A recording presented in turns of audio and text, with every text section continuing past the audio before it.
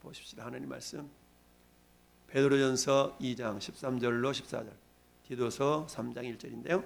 자, 베드로전서 2장 13절 14절 우리 같이 한번 두 절 먼저 합독하십시다.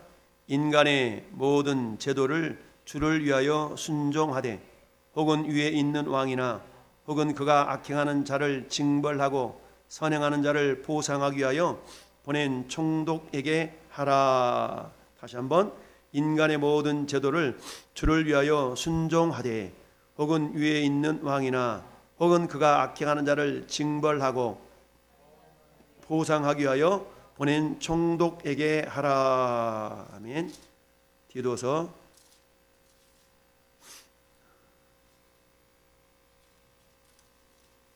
3장 1절 2절까지 두 절을 같이 읽읍시다.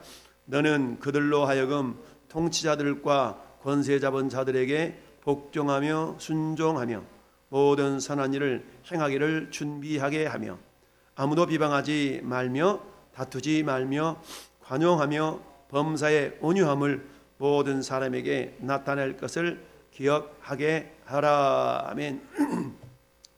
자, 지난 시간에 이어서 우리 위정자라는 말은 정사를 맡은 자를 위정자라고 하죠.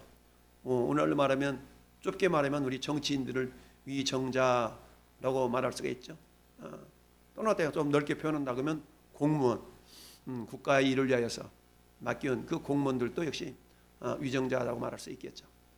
그런데 특별히 위정자, 즉 지도자급에 있는 세상 관료들, 세상 통치자들, 세상 어떤 그 리더급에 있는 사람들에 대해서 그 위정자다라고 우리가 표현할 수가 있고요.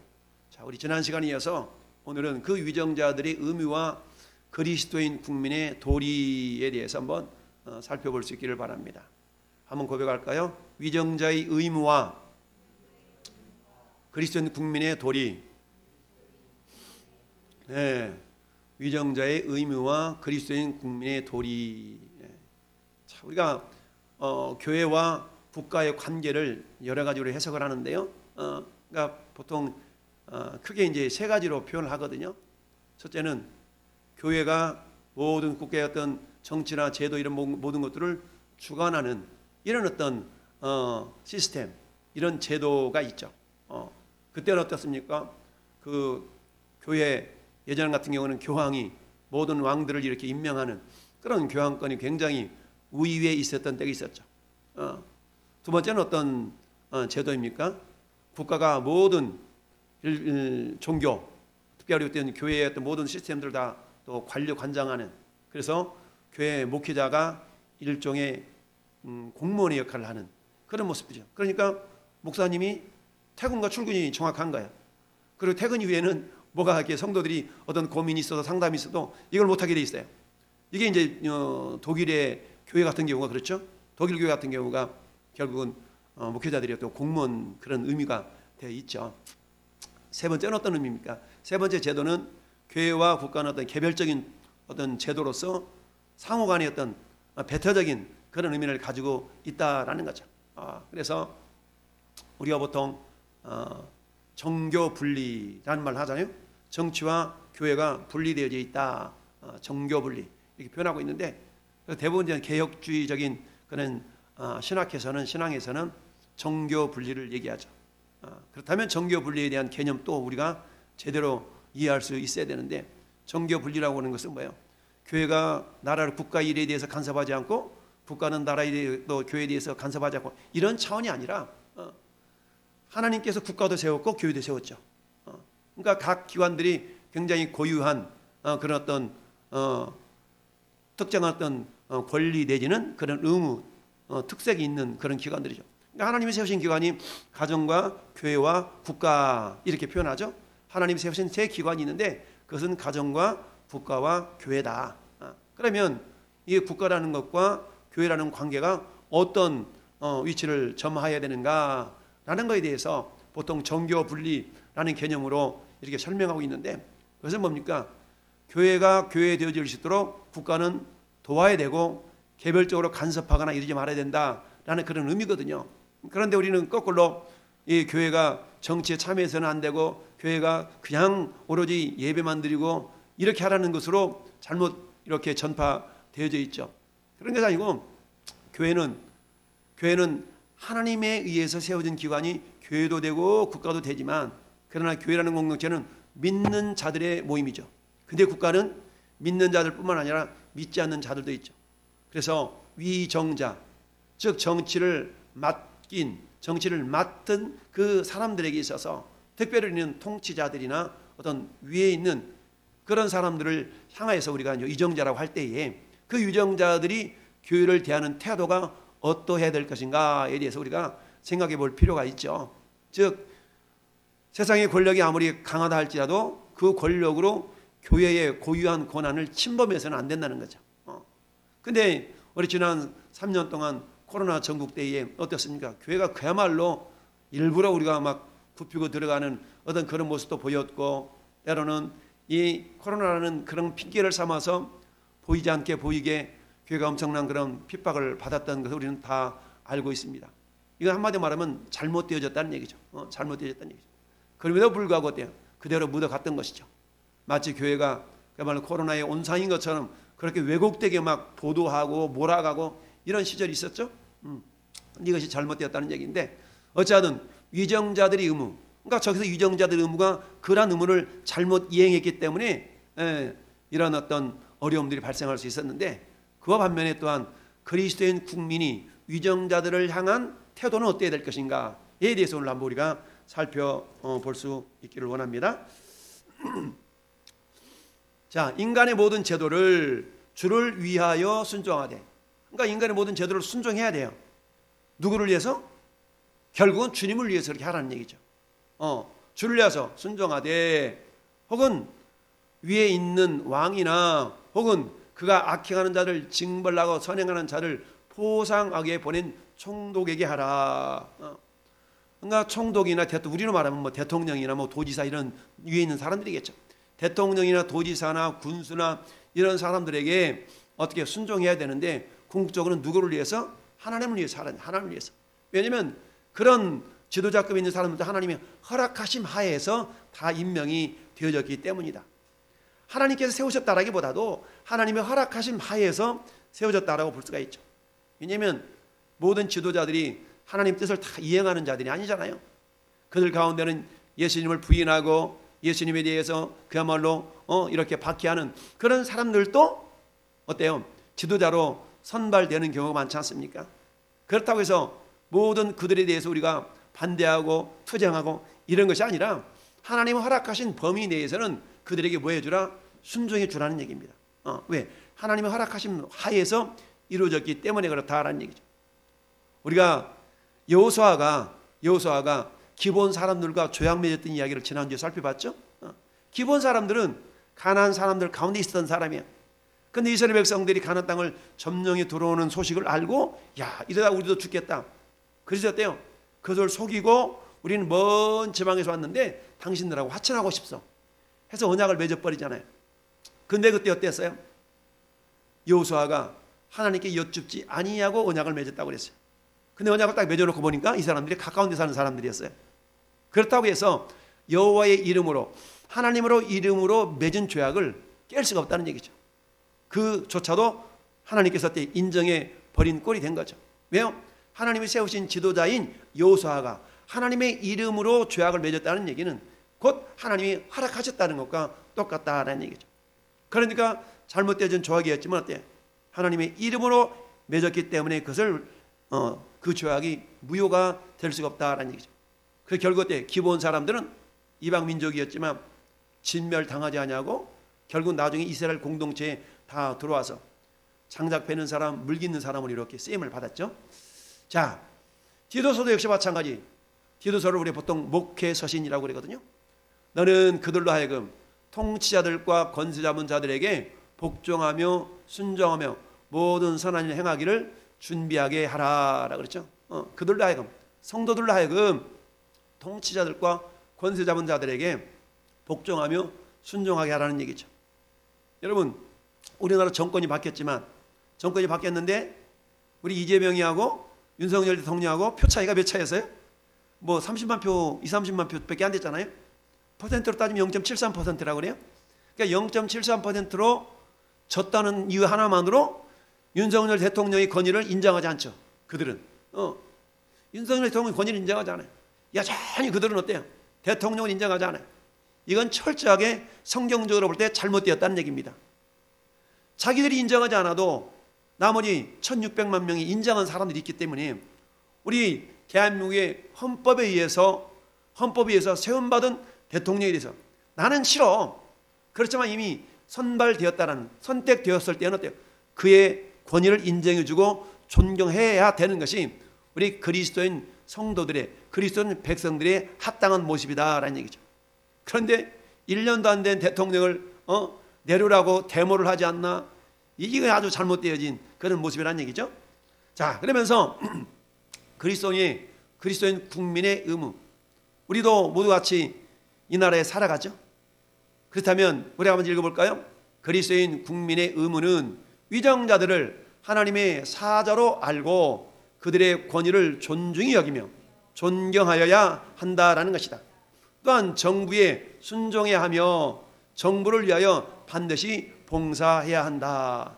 여러분, 자, 윤석열 대통령을 나는 반대해서 나는 싫어. 나 이재명 찍을 거야 하고 이재명을 찍었다 할지라도 자기 찍은 표가 결국에는 윤석열 대통령을 대통령으로 만드는데 나는 보탬이 안 됐어. 그러니까 나는 윤석열 대통령 인정하지 않을 거야. 라는 그런 사람들의 마음속에 오늘 저 말씀은 그리스도인 국민의 의무는 위정자들을 하나님의 사자로 알고 그들의 권위를 존중히 여기며 존경하여야 된다라는 얘기죠. 결국 하나님께서 어때요?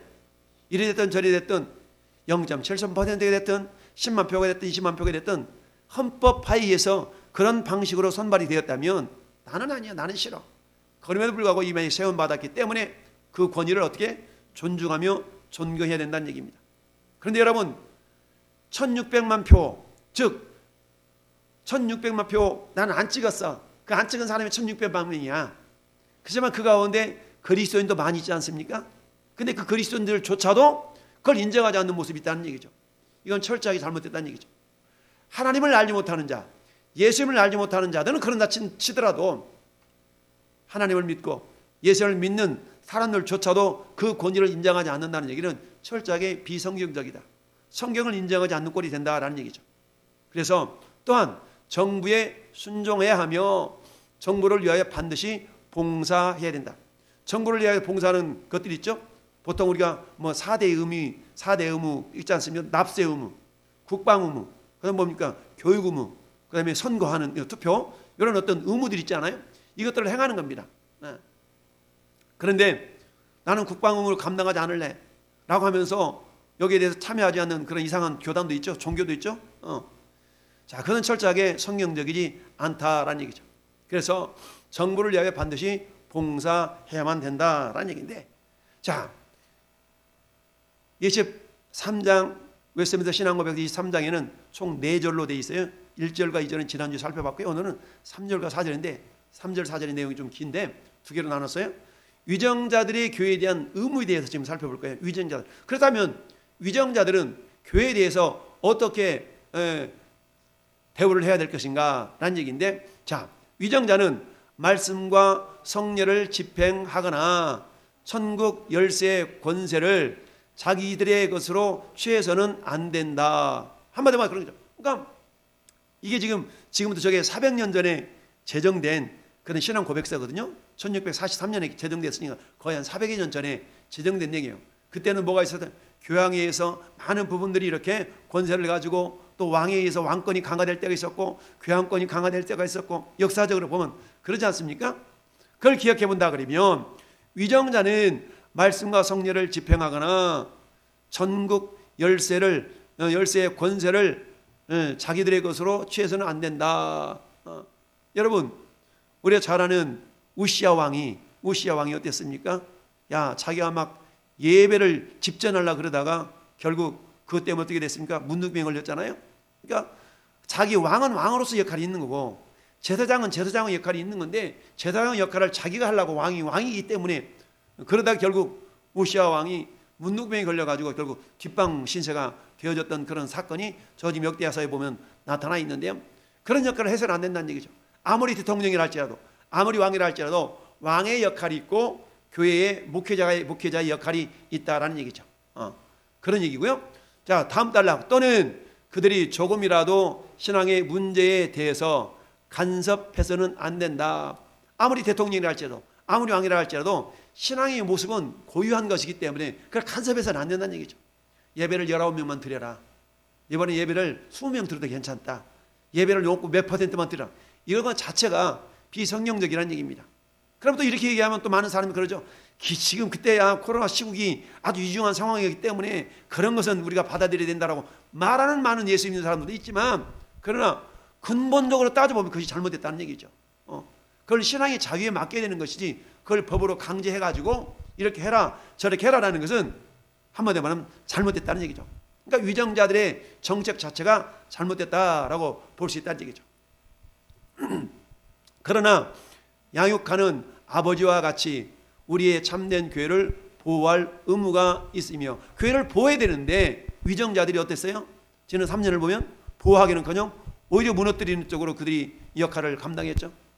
여러분, 지난 3년 동안 한국에서 없어진 교회가 만 교회가 넘다고 그러잖아요.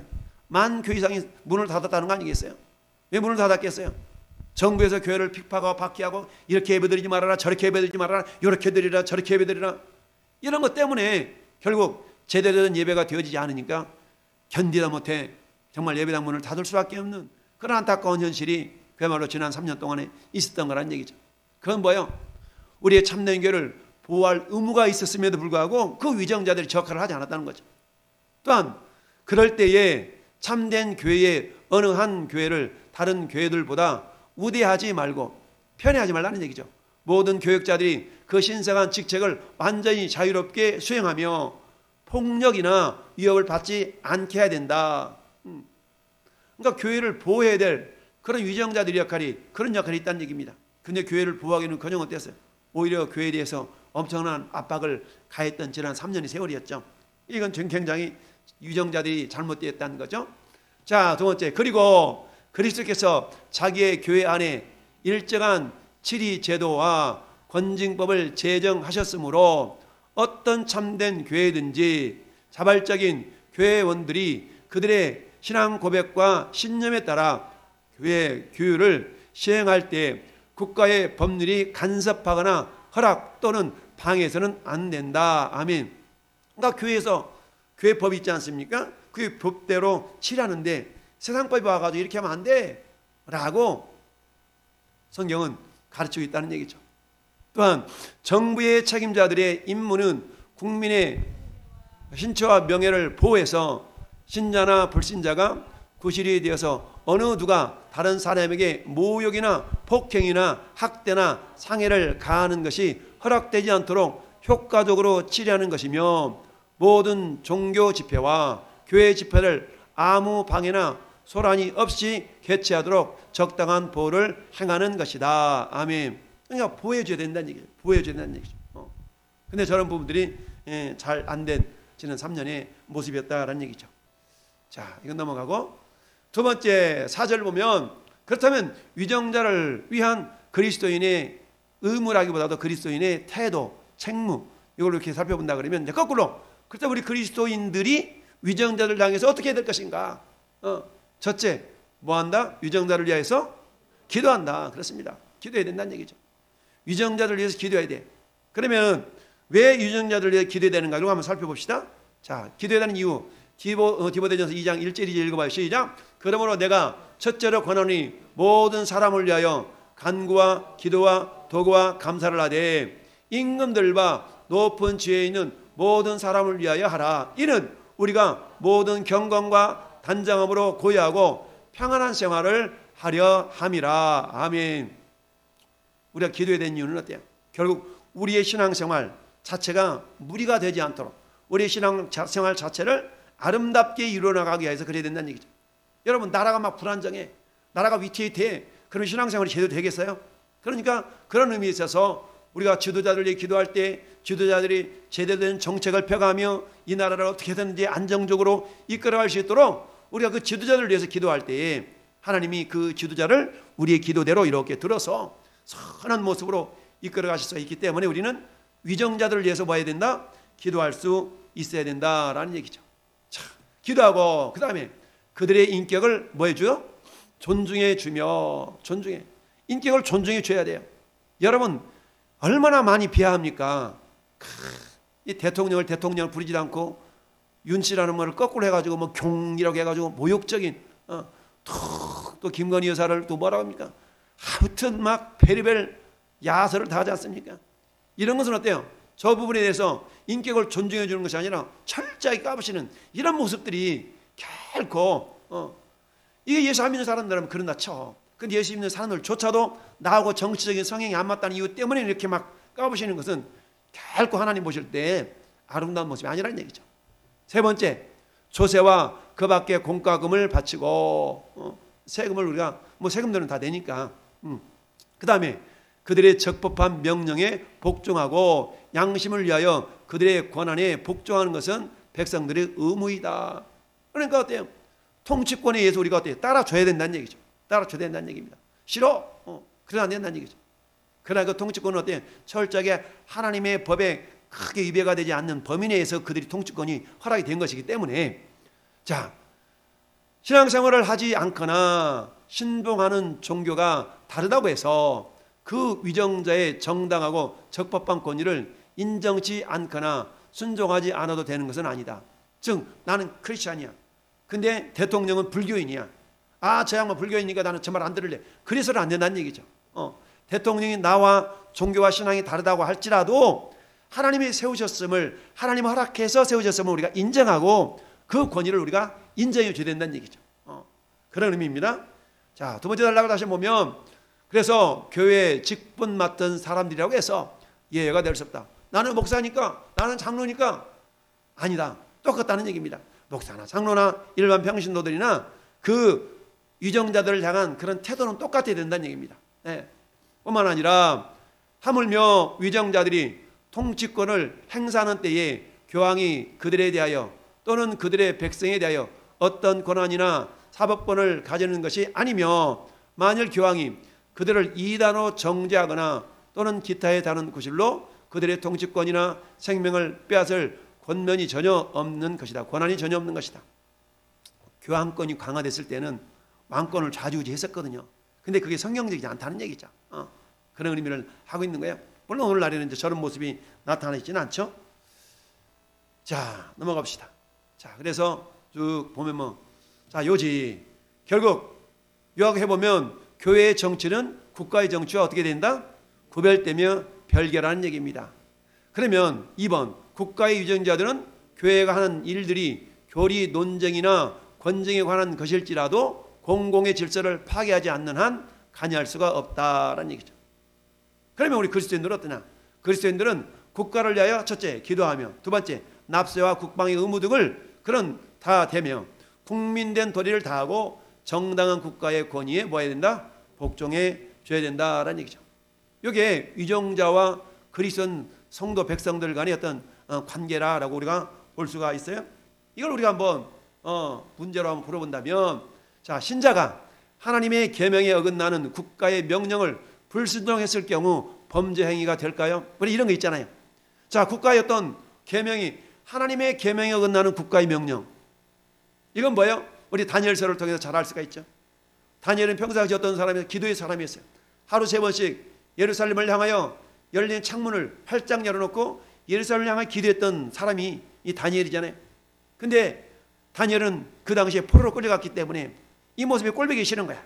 꼴보기 싫어가지고 어떻게든지 이 다니엘을 곤경에 빠뜨리기 위해서 나름대로 법을 만들어가지고 자기들 신 외에 다른 신에게 절하거나 기도하거나 이런 경우를 잡아가지고 한마디로 말하면 사적으로 집어넣읍시다. 딱 한 달 동안 이렇게 합시다. 라고 한마디로 말하면 규칙을 만든 거죠. 근데 누구를 잡아넣으려고 만든 거예요? 다니엘을 잡아넣으려고 만든 거 아니겠어요? 그러면 다니엘이 자, 한 달 동안이니까 하나님 한 달 동안만 쉴게요. 이럴 수도 있잖아요. 근데 그렇지 않았다는 얘기입니다. 다니엘은 신앙 양심상 하나님을 향한 자기의 믿음의 모습을 이렇게 멈출 수가 없었던 거예요. 그래서 여전히 어땠어요? 다니엘이 이 조세에 왕의 도장이 찍힌 것을 알고도 자기 집에 돌아가서는 윗방에 올라가 예루살렘을 향한 창문을 활짝 열어줬고 전에 행하는 대로 하루 3번씩 무릎을 꿇고 기도하며 그의 하나님께 감사했더라. 그러니까 어때요? 지켜보고 있는데 잘 걸린 거 아니겠어요? 걸렸다 라고 하면서 다니엘을 어떻게 했습니까? 사자굴에 집어넣었죠. 사자굴에 집어넣었는데 하나님이 사자 입을 봉해가지고 결국 죽지 않았는데, 그 결과로 22절에 다니엘서 6장 22절에 뭐라고 고백하느냐? 나의 하나님이 이미 그의 천사를 보내어 사자들 입을 봉하셨으므로 사자들이 나를 상해하지 못하였사오니 이는 나의 무죄함이 그 앞에 명백함이 오며 또 왕이여 나는 왕에게도 해를 끼치지 아니하였나이다 하니라. 아멘. 무슨 말입니까? 결국 신자가 하나님의 계명에 어긋나는 국가의 명령을 불순종했을 경우 이것은 범죄가 된다 안 된다? 범죄가 안 된다는 얘기입니다. 그러니까 국가의 아무리 위대한 권위를 할지라도 하나님의 전체적인 권위 아래서에 허락된 권위임을 인정할 수 있어야 된다는 얘기죠. 자, 아니다. 하나님의 계명 말씀 권위와 인간의 그 어떤 것보다 하나님 권위 말씀이 인간의 그 어떤 것보다 더 최우선한다라는 거 우리가 인정하면서, 그러니까 우리는 어때요? 이 정부의 시책이나 정책이 하나님의 어떤 법에 위배되는 그런 부분들에 대해서는 철저하게 우리가 뭐 할 수 있어요? 반대 의견을 내고 이럴 수 있어야 된다는 얘기죠. 그러니까 어때요? 우리가 교육 제도나 뭐 동성애법이나 차별금지법이나 이런 것들은 성경 위배되는 거거든요. 그러니까 우리 목회자들이 그걸 반대하는 겁니다. 그럴 수 있어야 된다는 얘기죠. 그런 법이 제정되든 말건 그러려니 하고 넘어가는 것이 아니라 그런 부분에 대해서는 잘못되었다고 우리가 할 수 있어야 된다는 얘기죠. 이게 하나님의 사람과 국가 정부 간의 관계라는 얘기죠. 근데 야 정교 분리니까 너희들 간섭하지 마라, 이건 잘못됐다는 얘기죠. 하나님의 권위와 하나님의 통치법에 위배되는 부분이 있을 때 교회가 정부에 대해서 이것을 발언을 하고 의견을 제시하고 이런 것들이 어때요? 제대로 된 정교 분리의 그런 모습의 한 부분이라는 얘기죠. 자, 그리스도인들은 왜 국가의 위정자들을 위하여 기도해야 합니까? 아까 살펴봤죠? 우리가 모든 경건과 단정으로 고요하고 평안한 생활을 하기 위해서 그렇다는 얘기죠. 우리 신앙생활이 좀 더 평안하게 이루어질 수 있도록 하기 위해서 그렇다는 얘기죠. 여러분 저 우크라이나나 지금 러시아 보세요. 전쟁이 일어나니까 국민들이 평안하게 신앙생활 지금 하겠어요? 못하지. 굉장히 어렵지 않습니까? 그러니까 우크라이나에 들어가 있는, 러시아에 들어가 있는 선교사님은 참 애매할 것 같아. 러시아에 있는 선교사님들이나 우크라이나에 있는 선교사님들이 어느 편을 위해서 기도해야 될 것 같아요? 애매하잖아요. 이 전쟁이라는 것은 자기들의 인간적인 어떤 욕심에 의해서 벌어지고 있는 거긴 하지만 아무튼 인간의 생명이 최소한대로 정말 해가 가지 않도록 해야 되는데 지금 1년이 넘도록 전쟁이 계속되어 있으니까 그 나라에 있는 그리스도인들이 신앙생활을 제대로 하겠습니까? 못하지. 그러니까 우리는 어떻게 된다? 지도자들을 위해서 기도하고 국가를 위해서 기도하고 민족을 위해 기도하고 할렐루야. 그래서 때 평안하게 이 국가가 운영될 수 있도록 우리는 그래서 기도할 필요가 있다라는 겁니다. 정사와 권세자본 자에게 대한 그리스도인의 바른 태도는 어때야 됩니까? 자, 디도서 3장 1절 다시 한번 읽어봅시다. 너는 그들로 하여금 통치자들과 권세자본 자들에게 복종하며 순종하며 모든 선한 일 행하기를 준비하게 해야 된다. 그러니까 순종과 복종해서 모든 선한 일 행하기를 준비하게 된다는 얘기죠. 그러니까 통치자들이 선한 일을 할 수 있도록 우리는 어때요? 순종이 주라는 얘기입니다. 순종이 주라는 얘기죠. 그게 정사와 권세자본 자들을 향한 그리스도인의 바른 태도다라는 얘기죠. 자, 그러면 국가 위정자들에게 순복해야 될 두 가지 이유나 근거는 뭐냐? 로마서 13장 5절을 같이 읽어볼까요? 그러므로 복종하지 아니할 수 없으니 진노 때문에 할 것이 아니라 양심을 따라 할 것이니라. 나 그것 때문에 한 것이 아니라, 근데 그것도 이유가 된다는 얘기거든요. 그러니까 진노를 인하여 뿐만 아니라 우리가 악행을 하면 어때요? 우리 악을 행하면 그 위정자들은 어때요? 악을 행한 자들을 징벌을 가하지 않습니까? 그 다음에 두 번째는 어때요? 양심을 따라 그렇게 해야 합니다. 양심을 따라. 우리는 어때요? 양심을 따라 선하게 우리 행동을 하기 때문에 너 이거 선하게 행동해야지, 너 선하게 행동해야지 라고 위정자들이 어떤지를 명했을 때 그걸 따라줘야 된다는 얘기죠. 뿐만 아니라 악행하는 사람들은 어때요? 그것 때문에 징벌을 받을 수가 있죠. 그러니까 악행하지 마. 악행하지 마. 그러면 어떻게 했어요? 악행하면 너에게 징벌이 가해지니까 악행하지 마. 그건 뒤집어놓고 말하면 선을 행하라는 얘기죠. 악을 행하지 말아라. 이 말은 선을 행해 라는 그런 의미가 되어줄 수 있겠죠. 그래서 국가 위정자들에게 순복할 두 가지 이유는 뭐냐? 진노를 인하여 뿐만 아니라 내가 악을 행했을 때는 진노가 임하니까 그것이 두려워서가 아니라 그것도 있지만 그것뿐만 아니라 어때요? 양심을 따라 그렇게 선한 일을 행할 수 있도록 하기 위해서 그렇게 해야 된다라고 표현하고 있습니다. 저는 위정자와 그리스도인 백성들 간의 관계를 한번 살펴봤어요. 위정자들이 교회를 향한 그런 태도 또는 의무, 이것은 어때요? 국가는 교회를 보호해야 될 의무가 있다라는 얘기죠. 그리고 교회 구성원들이 신앙생활을 평안하게 할 수 있도록 이끌어가야 될 그런 역할이 있다는, 그게 국가의 역할이라는 얘기죠. 반면에 국민들은 어떻습니까? 성도인 국민은 국가의 법률과 국가의 제도를 순종하고 그 의무를 다할 수 있어야 된다는 얘기죠. 그런 관계성 속에서 우리 성도들이 평안하게 신앙생활을 할 수가 있다는 얘기죠. 우리나라에 여러분 전쟁이 일어나 보세요. 신앙생활 제대로 하겠어요? 못하지. 그러니까 하나님 나라 민족을 위해서 평안할 수 있도록 지도자들이 바른 판단력, 바르게 판단해서 제도에 대한 국가가 이루어갈 수 있도록, 그래서 우리가 나라 민족을 위해 기도하는 겁니다. 할렐루야. 그런 의미에서 우리가 합심하여 우리 나라를 위해서, 우리 국가를 위해서, 우리 정치계를 위해서, 위정자들을 위해서 합심하며 기도하십시다. 하나님, 위정자들에게 바른 신앙관과 바른 국가관 하나님 갖게 하여 주옵소서.